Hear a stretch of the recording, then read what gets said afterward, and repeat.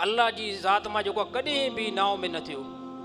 हा, हिकु अल्लाह जो हे हिकु अहिड़ो दर आहे, हे हिकु अहिड़ो दर आहे जिते अल्लाह ताला फरमाए थो यानी 60 साल जा गुनाह खणी आहे,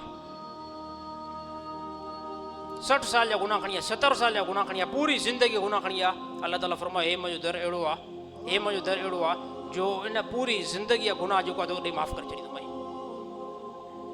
पूरी ज़िंदगी जा अल्लाह ताला फरमाए मूंखे कंहिं क़िस्म जी जेको फ़र्क़ु बि न पवंदो आहे, सिर्फ़ु जेको आहे मुंहिंजे दर ते अचु ऐं मुंहिंजे दर जा झुक ऐं चओ त या अल्लाह जेको आहे मुंहिंजा या अल्लाह गुनाह माफ़ु कर, या अल्लाह मुंहिंजा गुनाह माफ़ु कर, या अल्लाह मुंहिंजा गुनाह माफ़ु कर।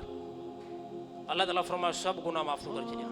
केतिरा गुनाह हुजनि, ज़मीन खां वठी, ज़मीन आहे न, ज़मीन खां वठी करे आसमान जी छित खे गुनाह लॻायो।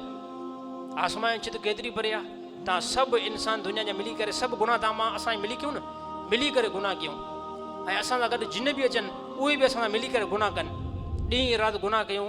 मुंहिंजा ॿार दोस्तो, आसमान ताईं गुनाह न पहुचंदा कंहिं इंसान जा। अल्लाह ताला फरमायो अगरि जेकॾहिं करे वञ आसमान ताईं, अचु मुंहिंजे दर ते मोटी आहे। पूरी दुनिया में जेको आहे तोखे किथे सुकून न मिलंदो, पूरी दुनिया में किथे तोखे राहत न मिलंदी, मुंहिंजे दर ते हलियो अचु, मुंहिंजे दर ते हलियो अचु ऐं तुंहिंजी बख़्शिश बि थींदी ऐं तुंहिंजा गुनाह बि जेको आहे मां माफ़ु कंदुमि। छाजे करे या अल्लाह भला एतिरा गुनाह कया या अल्लाह बाद में बि तूं माफ़ु थो करे, का वजह? अल्लाह ताला फरमाए वजह त आहे न, वजह आहे न। छाजे करे या अल्लाह कहिड़ी वजह आहे? अल्लाह ताला फरमायो मुंहिंजो बंदो आहे। हा, मुंहिंजो बंदो आहे। या अल्लाह कीअं? अल्लाह ताला फरमायो तोखे मां त पैदा कयो आहे न।